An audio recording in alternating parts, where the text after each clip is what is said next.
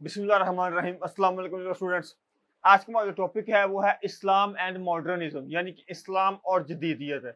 आज के टॉपिक में हम पढ़ेंगे कि इस्लाम किस तरह से जदीद ख्यालात, जदीद आलात और मॉडर्निज्म को पसंद करता है, उसकी हौसला अफजाई करता है। हम लोग इसको डिटेल में पढ़ेंगे। आपकी टेक्स्ट बुक के पेज नंबर 11 और 12 यानी कि 11 और 12 में ये जो टॉपिक है ये बेसिकली पैराग्राफ्स की सूरत में दिया गया है, लेकिन मैंने आपकी सहूलत के लिए बहुत ही आसान काम किया है कि इस पूरे टॉपिक को फिंगर टिप्स पर तैयार करने के लिए मैंने पॉइंट्स की सूरत में डिवाइड कर दिया है, जो कि एज इट आपकी टेक्स्ट बुक के अकॉर्डिंग ही है। अगर आपको पेपर में ये टॉपिक आता है, काफी अहमियत का हामिल टॉपिक है ये, अगर आपको पेपर में ये आता है तो बजाय इसके कि आप पैराग्राफ्स की सूरत में लिखें, क्योंकि ये पास स्टडी का पेपर है, तो आप जितना ज्यादा हेडिंग्स पॉइंट्स बनाएंगे उतने ही ज्यादा आपको एक्स्ट्रा नंबर दिए जाएंगे। तो चलिए टॉपिक की तरफ चलते हैं कि इस्लाम और जदीदियत, ये आपका टॉपिक है, ठीक है। तो सबसे पहले इनके फर्दर मेन पॉइंट्स को पढ़ते हैं, फिर इनकी एक्सप्लेनेशन पे चलते हैं। तो सबसे पहले इसका जो मेन पॉइंट है वो है लफ्ज जदीदियत के लफ्जी मानी।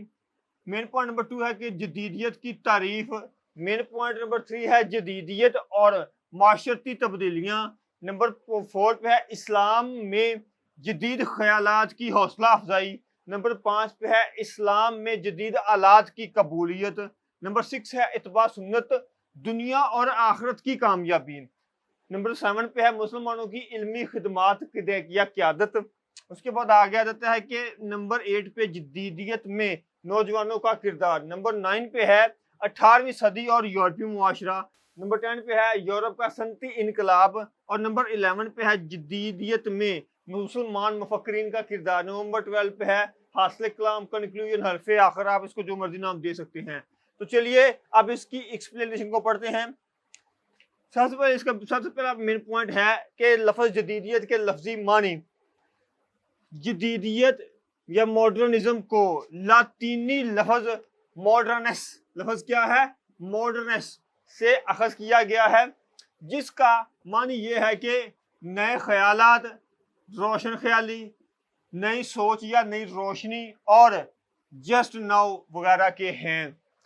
अगर आप इसमें मजीद ऐड करना चाहें कि ये कब इस्तेमाल हुआ फर्स्ट टाइम, तो ये 5वीं सदी में सबसे पहले मॉडर्नेस लफ्ज जो था ये लफ्ज इस्तेमाल किया गया 5वीं सदी में। अगर आप इसको मजीद डिफाइन करना चाहें तो मेन पॉइंट नंबर 2 पढ़ते हैं कि जदीदियत की तारीफ। डेफिनेशन ऑफ द मॉडर्निज्म वो है कि जदीदियत से मुराद नए ख्यालात और नए आलात हैं जिन्होंने 19वीं सदी के पब्लिक और प्राइवेट तल्लुकात को पसे पुष्ट डालकर या डालते हुए नए ख्यालात को जन्म दिया और जदीद सनती मुआशरा कायम किया।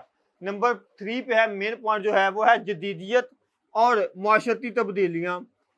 जदीदियत के इनकलाब के बाद शहरों को तरक्की दी गई, मादा प्रस्ती की पूजा की गई और मजहब से इनकार किया गया, यानी कि जदीदियत ने पुरानी रवायात को मुस्तरद करते हुए नई मुआशरती इक़दार को कायम किया जिनका मजहब से कोई सरोकार नहीं है।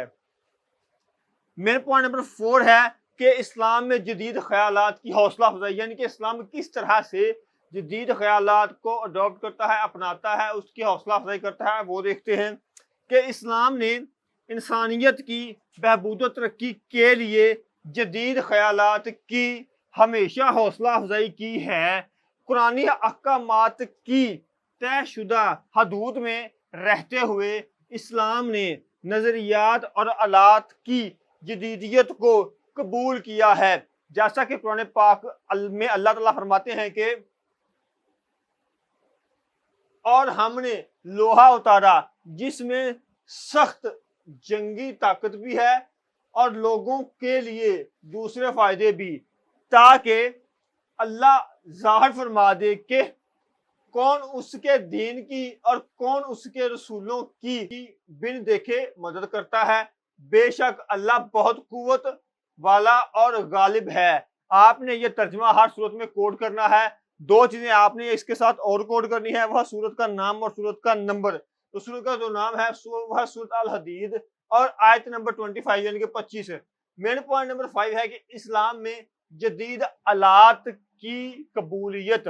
اب اس کو پڑھتے ہیں کہ یہ کیا ہے۔ جیسا کہ سورۃ الحدید کی آیت نمبر 25 میں لوہے کو اسلحہ اور طاقت سے نسبت دی گئی ہے، یعنی اللہ تعالیٰ مسلمانوں کو طاقتور دیکھنا چاہتا ہے۔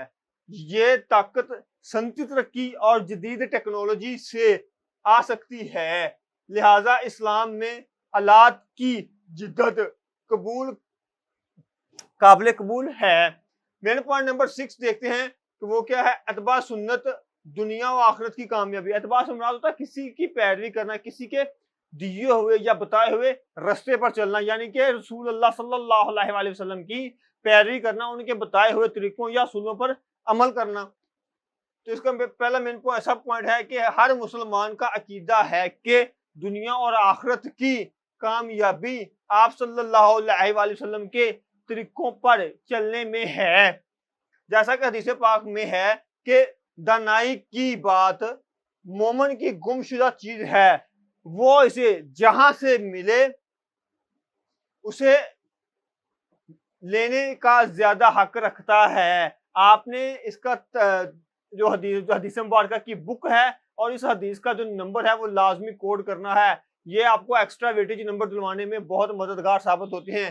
اس کی جو بک کا نام ہے وہ سنن ابن ماجہ، حدیث نمبر 4169۔ اب بات کرتے ہیں مین پوائنٹ نمبر 7 کی کہ مسلمانوں کی علمی قیادت۔ اس کا پہلا سب پوائنٹ ہے کہ مسلمانوں نے کئی صدیوں تک تمام علوم میں پوری دنیا کی لیڈرشپ کی، قیادت کی۔ سب پوائنٹ نمبر 2 ہے اس کا، اللہ تعالیٰ کے احکامات سے دوری اور سنت رسول صلی اللہ علیہ وسلم کی سے دوری کی وجہ سے مسلمانوں کا جو زوال تھا وہ شروع ہوا۔ اس کے بعد مین پوائنٹ نمبر 8 ہے کہ جدت میں نوجوانوں کا، یعنی کہ جدیدیت میں نوجوانوں کا کردار جو ہے وہ کیا ہے۔ تو اس کا سب سے پہلا سب پوائنٹ ہے کہ جدیدیت کے فروغ میں نوجوان معاشرے کا طاقتور اور متحرک طبقہ، یعنی کہ کسی بھی سوسائٹی میں جو نوجوان ہوتا ہے، جو یوتھ ہوتی ہے، بیسیکلی وہ اس سوسائٹی کی یا اس کنٹری کی سب سے بڑی طاقتور چیز ہوتی ہے، سب سے بڑی جو ہوتی ہے وہ جنریشن ہوتی ہے۔ کیوں؟ کیونکہ انہوں نے آگے چل کے مستقبل میں ان فیوچر میں کیا کرنا ہے، انہوں نے ملک کی بھاگ دوڑ کو، سیاست کو دیکھنا ہوتا ہے، سنبھالنا ہوتا ہے۔ اس لیے کسی بھی معاشرے کے جو نوجوان ہوتے ہیں وہ ملک کا سب سے بڑا فیوچر، مستقبل کا سرمایہ ہوتے ہیں۔ اس کے بعد ہے کہ نوجوانوں کی تربیت کے لیے جدید تعلیمی اداروں کا قیام۔ مین پوائنٹ نمبر 9 ہے کہ 18ویں صدی اور یورپی معاشرہ۔ اس کا سب سے پہلے سب پوائنٹ نمبر 1 ہے کہ 18ویں صدی میں یورپ سیاسی، معاشرتی اور عسکری میدان میں، اب یہ جو لفظ ہے عسکری، اس کا مطلب ہوتا ہے فوجی، آرمی میں بہت پیچھے تھا، جبکہ مسلمان بہت آگے تھے۔ اس کا مین پوائنٹ نمبر 10 ہے کہ یورپ کا صنعتی انقلاب۔ اس کا سب سے پہلے اس کا مین پوائنٹ نمبر 1 ہے وہ یورپ کے صنعتی انقلاب نے حالات بدل دیے، یورپ نے ترقی کرنا شروع کی اور مسلمانوں نے جدید علوم کو نہ اپنایا، اس لیے مسلمان پستی میں چلے گئے۔ مین پوائنٹ نمبر 11 ہے کہ جدیدیت میں مسلمان مفکرین کا کردار۔ بہت سے مسلمان مفکرین نے مسلمانوں کی رہنمائی کی اور ان کو ترقی کی راہ پر گامزن کیا۔ ان کا خیال تھا کہ اسلام اور جدیدیت میں مماثلت پائی جاتی ہے۔ یہ تو ہے مین پوائنٹ نمبر 11، لیکن مین پوائنٹ نمبر جو 12 ہے وہ ہے حاصل کلام حرف آخر۔ آپ لوگوں نے اس کو صرف اتنا کوڈ کرنا ہے حاصل کلام میں کہ بے شک جیسا کہ ٹاپک میں حوالہ جات دیے گئے ہیں حدیث مبارکہ سے بھی، قرآن مجید سے بھی، کہ جو جدیدیت ہے اسلام اس کو فروغ دیتا ہے، تو لہٰذا ہمیں ماڈرن دور کے ساتھ چلنے کے لیے جدید چیزوں کو اپناتے ہوئے، جو کہ دائرہ اسلام کے اندر جن کی اجازت دی گئی ہے، ان کو اپناتے ہوئے ان فیوچر ان سے فائدہ لینا چاہیے، تاکہ ہم دور جدید کے جو چیلنجز ہیں، مسائل ہیں، ان کا سامنا کر سکیں۔ میں امید کرتا ہوں کہ آپ کو یہ لیکچر پسند آئے گا. نیک خواہشات کے ساتھ اللہ حافظ.